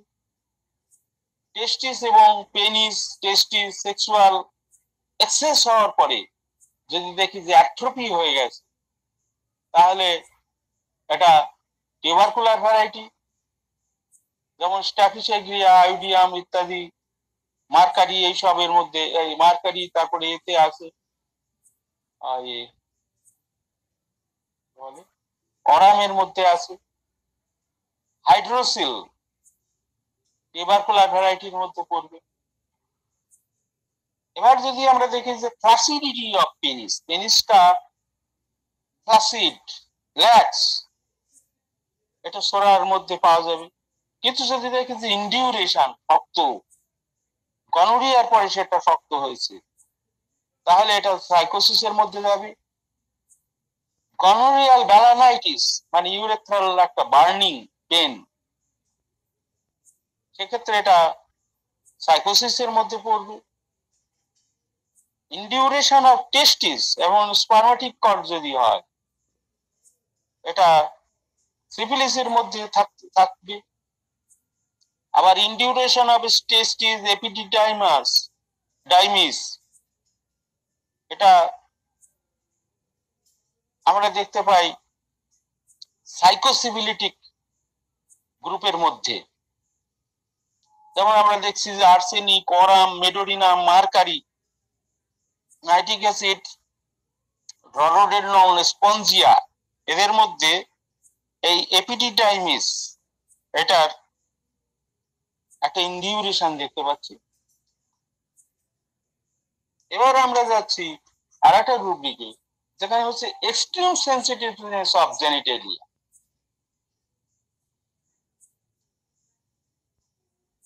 জেনিটেলিয়ার মধ্যে কি পেনিস, গ্ল্যান্স পেনিস, প্রিপিউস, এইসব জায়গায় সেখানে একটা এক্সট্রিম সেন্সিটিভনেস দেখতে পাচ্ছি। এই সেন্সিটিভনেস, হাইপার সেন্সিটিভিটি, এটা সোরার বৈশিষ্ট্য। কারণ সোরাই হচ্ছে খুব সেন্সিটিভিটি তৈরি করে, নিউরোলজিক্যাল সেন্সিটিভিটি তৈরি করে। এখানে কি হচ্ছে, টেস্টোস্টেরনের পরিমাণ কম সিক্রেশন হচ্ছে, তারপরে স্পার্মাটোজেনেসিস যেখানে ডিফেক্টিভ হচ্ছে, বুঝতে হবে এটা সোরার বৈশিষ্ট্য। আবার যদি দেখি যে অবস্ট্রাকটিভ প্যাথোলজি স্পার্মাটিক কর্ডের মধ্যে রয়েছে, ভাস ডিফারেন্সের মধ্যে রয়েছে, তাহলে বুঝতে হবে এটা সাইকোসিস। রেট্রোগ্রেড ইজাকুলেশন যদি হয়, তাহলে এই সিস্টেমের মধ্যে এরকম ঘটনা যদি রিপিটেডলি হতে থাকে, বুঝতে হবে এটা সাইকোটিক ক্যারেক্টারের।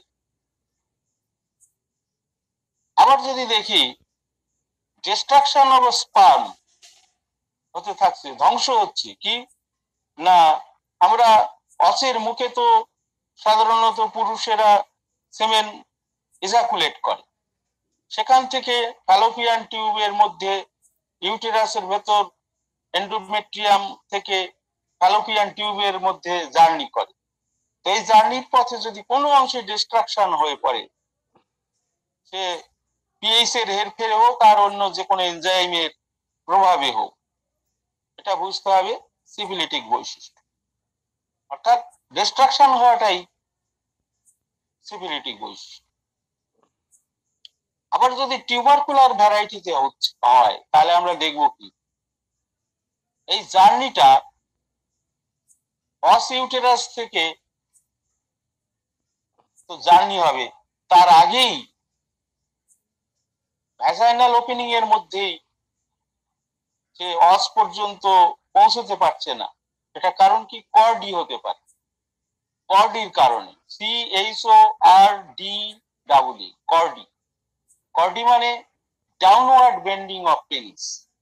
পেনিস ডাউনওয়ার্ড বেন্ডিং থাকার জন্য অসের কাছে ইজাকুলেট হতে পারলো না, ফলে স্পার্ম গুলো অস পর্যন্তই ট্রাভেল করতে পারলো না।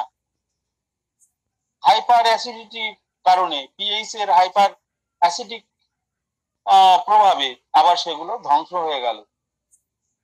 তাহলে বুঝতে হবে একটা গন্ডগোল। আবার সেন্সিটিভনেস যদি জেনিটালিয়া আনবিয়ারেবল হয়, যেমন sexual organs exceedingly sensitive, cannot bear the napkin to touch her, will go into spasms from an examination. তাহলে কি, যাতে ন্যাপকিন পর্যন্ত সেখানে টাচ করা যায় না, এক্সামিনেশন করতে গেলে করা যায় না, এরকম ঘটনাটা আছে। এবং তার ফলে তারা পজিশনও করতে পারে না, কারণ cannot bear the touch of penis. তো প্লাটিনিয়া, মিউরিটিক অ্যাসিড, ওরিজিরন, এইসব ওষুধের মধ্যে আমরা দেখতে পাই। হরমোনাল ইমব্যালেন্স যদি আমরা দেখি, তাহলে দেখব যে ডেফিসিয়েন্সি অফ সেক্স হরমোন এর জন্য যে প্রবলেম গুলো এসে থাকে তা সব ছড়া। ইনফার্টিলিটির ক্ষেত্রে হরমোনাল ইমব্যালেন্স যদি যে কোনো রকমের সেক্সুয়াল এবং পেলভিক ডিসঅর্ডার এনে থাকে, তা আমরা সাইকোসিসের মধ্যে পাই। আবার যদি দেখি সিক্রেশন অফ সেক্স হরমোন গুলো, সেটা যে কোনো একটা বা সবই যদি একেবারেই না হয়, অর্থাৎ আবার তার সঙ্গে যদি দেখি যে সেক্স অর্গানটাই নেই অথবা আছে খুব রুডিমেন্টারি, তাহলে এটা সিফিলিটিক ফর্মের মধ্যে সিফিলিটিক মায়াজমের বৈশিষ্ট্য বলে ধরতে হবে। আবার যদি দেখি dysfunction of hormone secreting gland, say pituitary, hypothalamus যাই বলুন, অ্যাড্রিনাল যাই বলুন, তো এর থেকে যে প্রফিউজ যে হরমোনগুলো সিক্রেশন হচ্ছে, তার সঙ্গে যদি দেখা যায় যে একটা হেমোরেজিক প্যাথোলজি রয়েছে, তাহলে বুঝতে হবে এটা টিউবারকুলার ভ্যারাইটির মধ্যে পড়বে। এবার বিভিন্ন ডিজিজের ইম্প্যাক্ট গুলো কিরকম, যেমন ধরুন মামস গুলো মেটাস্টেসিস হয়ে আমরা দেখেছি পালসেটিলার ক্ষেত্রে ম্যামিতে অথবা টেস্টিসে যায়। এবং টেস্টিসে গেলে কি হয়, এখানে একটা ডিফেক্টিভ স্পারমাটোজেনেসিস ঘটায়। সেখানে carbolic acid, জাবরান্ডি, mercury, ন্যাট্রামিউর, নাইজভূমিকা, phosphorus, pulsatilla রয়েছে একেবারে হাই গ্রেডে, স্ট্যাফিসেগ্রিয়া এইসব ওষুধ, রাস্টক্স এইসব ওষুধগুলো রয়েছে।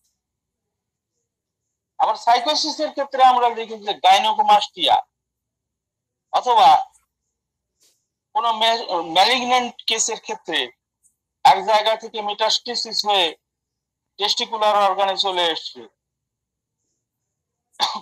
তাহলে এখানে আমরা কিন্তু 3টে মায়াজম কি দেখতে পাবো।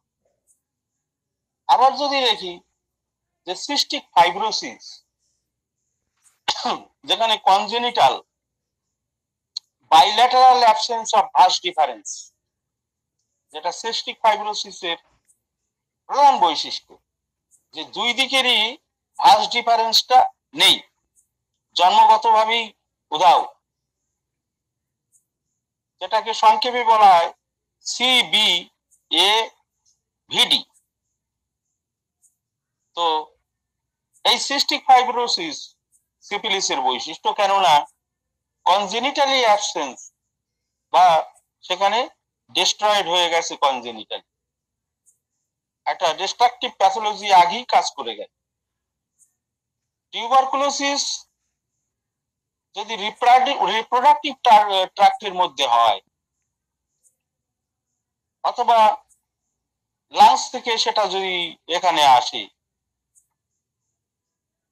তাহলেও অর্থাৎ লাংসে হলেও সেখানকার প্রভাব যদি এটাই পড়ে, অথবা রিপ্রোডাক্টিভ ট্র্যাক্টের মধ্যেই যদি হয়, including testis, epididymis, vas deferens, seminal vesicle, prostate এবং ইজাকুলেটরি ট্র্যাক্টের মধ্যে যদি হয়, তাহলে বুঝতে হবে এটা টিউবারকুলার ভ্যারাইটি। এবার বলবো আমি কিছু এক্সাইটিং অথবা মেনটেনিং কজের কথা, যেটা হচ্ছে খুব গুরুত্বপূর্ণ। যেমন স্মোকিং, অথবা অনেকে দেখা যাচ্ছে যে অনেকে হার্বাল স্টিমুলেন্ট ওষুধ খায় সেক্স পাওয়ারকে উন্নত করার জন্য, যেগুলোকে বলা হয় মেডিকেল ভাষায় অ্যাপ্রোডাইসিয়াক্স, মানে যৌনতা বৃদ্ধিকারক ওষুধ। সেই সব যারা খায়, এগুলো কেন খায়? কারণ ছোরা কম থাকে এবং সেগুলোকে এক্সাইট করে বাড়াতে চায়। সেই যে কোনো স্টিমুলেন্টই সেই কারণে ছোরা গ্রহণ করে, কারণ শরীরটাকে এক্সাইট করে তার সক্ষমতা বৃদ্ধি করতে চায়। তো এইটা করতে যেই তো সে বিপদে পড়ে। যেমন যে কোনো অ্যালকোহলিক ড্রিঙ্কস অনেকে পরিমিত মাত্রায় খেয়েও কিন্তু সেক্সকে স্টিমুলেশন করে এনজয় করতে পছন্দ করে। এই করতে করতে একসময় যখন হাইলি নেশাতে পড়ে যায়, তারপরের থেকে দেখা যাবে সেক্স পাওয়ার তার নষ্ট হয়ে যাবে। অনেক রকমের হার্বাল মেডিসিন আছে, যেমন জিনকোগো, জিনসেং, মকা যেটাকে রক্ত শিমুল বলে, তারপরে অ্যাম্বারাগিসিয়া,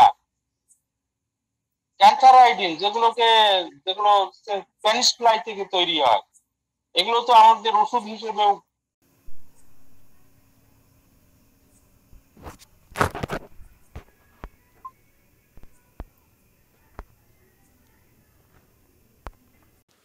এসব আয়ুর্বেদিক মেডিসিনেও ব্যবহৃত হয়। অনেকে এইসব র্যান্ডম খেয়ে খেয়ে সেক্সের 12টা বাজিয়ে দেয়। তো সাইকোসিসের ক্ষেত্রে আমরা দেখি যে সে অ্যাবনর্মাল স্টিমুলেন্ট গুলো ইউজ করে, যেমন হেরোইন, চরস এইসব। সিফিলিসের ক্ষেত্রে আমরা দেখেছি যে হেরিডিটারি অ্যালকোহলিজম, মানে বংশগত সেটা যেন পাপ, বংশ পরম্পরায় অ্যালকোহল খেয়ে যাচ্ছে, একটা ডিপসোমেনিয়া। এটাতে কি হয় না, leading to erectile dysfunction penis erection আর হয় না এবং ডিফেক্টিভ স্পার্মাটোজেনেসিস হতে থাকে। আবার টিউবারকুলার ভ্যারাইটির মধ্যেও কিন্তু আমরা বিভিন্ন ধরনের স্টিমুলেন্ট খাওয়ার প্রবণতা দেখি। এটা খায় কেন খায়? মানে এটাকে সেক্সকে আরো লঙ্গার করার জন্য, আরো এনজয় করার জন্য, আরো কল্পনা এবং রোমান্স আনার জন্য। তো মোটামুটি এই হলো ম্যাথমেটিক অ্যানালিসিস। তো আমি আমার লাইফ টাইমে দেখেছি যে যখন সিঙ্গুরে পোস্টেড ছিলাম সেই সময় করোনার সময় এক ভদ্র লোক এসেছিল, তার ব্যবসা ট্যাবসা ডাউন মেরে গেছিল, একটা মেন্টাল স্ট্রেস, এবং সেই মেন্টাল স্ট্রেসের কারণে দেখা যাচ্ছে তার সেক্স পাওয়ারও ডাউন করেছিল এবং বউয়ের সেক্স পাওয়ার কিন্তু কোর্সে বরাবরই বেশি ছিল। সে কারণে বউকে স্যাটিসফাই করতে পারছিল না এবং এই ঘটনাটা সাইক্লিক ভাবে ঘটছে। যেহেতু সেক্স পাওয়ার কমে গেছে, একটা ডিপ্রেশন, সেইটা আবার তার পারিবারিক ফ্যামিলি লাইফের উপরে একটা ডিপ্রেশনের কারণ, এবং ডিপ্রেশনটা বৃদ্ধি যত হচ্ছে সেক্স পাওয়ার গ্র্যাজুয়ালি ডাউন হচ্ছে। এই ডিপ্রেশন এবং সেক্স পাওয়ার ডাউন গ্র্যাজুয়ালি ঘটে যাচ্ছে। একটা সময় সে হতাশ হয়ে আমার কাছে এসেছিল। আমি তো দেখলাম যে এক্সাইটিং কজ হচ্ছে, এই কি করা যায়। তো ওই ক্ষেত্রে ওষুধ দিয়ে কি লাভ? তার তো ব্যবসা বাণিজ্য ডাউন মেরে গেছে, সেখান থেকেও বেরোতে পারছে না। আবার এই একটা ফ্যাক্টরের সঙ্গে যুক্ত হয়ে গেছে, কি করে করা যায়? তো লোকটাকে আমি ন্যাকটামিউসিয়ান দিয়েছিলাম, তারপরে মেন্টালি সে অনেকটা ভালো ছিল। কিন্তু ঘটনাটা হচ্ছে বউয়ের চাহিদা এত বেশি ছিল যে সে ওর সঙ্গে যুঝে উঠতে পারলো না। কিন্তু তা সত্ত্বেও লোকটা দেখলো মেন্টালি অতটা ডিপ্রেস হলো না। শেষ পর্যন্ত সিদ্ধান্ত নিল ও ওতে অত মনোযোগ দিলে হবে, ও যা করে করুক। শেষ পর্যন্ত বউটা ওকে ছেড়ে চলেই গেল। এবং ওই সময় আমি এর এফএসএইচ এবং এলএইচ টেস্ট করেছিলাম। দেখা গেছে যে এফএসএইচ এবং এলএইচটা অনেক লোয়ার ছিল, এবং স্পার্মাটো সিমেন অ্যানালিসিস করিয়েছিলাম, সিমেন অ্যানালিসিস কাউন্ট লো ছিল। এদের বাচ্চা একটা ছিল বটে, কিন্তু সে অনেকটা বড় এবং দীর্ঘদিন বাচ্চাও হচ্ছিল না। এটা একটা ফ্যাক্টর। ওই জন্যই ওকে স্পার্মাটোজেনেসিস আমি ডাউট করেছিলাম যে ওখানে কোনো মানে কম আছে কিনা। দেখা গেছে অলিগোস্পার্মিয়া ছিল, অর্থাৎ অনেক কম ছিল। তো সেই ক্ষেত্রে ঘটনাটা এইরকম হয়েছিল, শেষে বউটা ওকে ছেড়ে চলেই গেছিল বাচ্চাটা। কিন্তু লোকটা কিন্তু ওই ন্যাট্রামিউসিয়াম দেওয়ার জন্য প্রথমে একটু বিমর্ষ হলেও পরে দেখলো যে বউ থাকলে আমার বিপদ, অন্য লোকের কাছে দৌড়চ্ছে, বাচ্চা নিয়ে পালিয়েছে, বেশ ভালো হয়েছে, ও নিয়ে চিন্তা করার দরকার নেই। তো আমি সাজেশন দিলাম যে আপনি ব্যবসাটা আস্তে আস্তে থিতু করুন, তারপরে যখন থিতু হবে তখন আবার একটা বিয়ে করে নিন, দেখা যাবে কি হয়। তো লোকটা আস্তে আস্তে তাই করলো, ব্যবসার দিকে মনোযোগ দিল এবং থিতু হলো। তারপরে ওকে আমি এই টেস্ট গুলো আবার রিপিট করলাম। তারপরে দেখছি এফএসএইচ এলএইচ বেড়ে গেছে, স্পার্মাটোজেনেসিস নর্মাল হয়ে গেছে, তার অন্য কোনো রোগ নেই। এবং তাকে আবার একটা ভালো মেয়ে দেখে বিয়ে করতে বললাম। তারপরে সে বিয়ে করেছিল।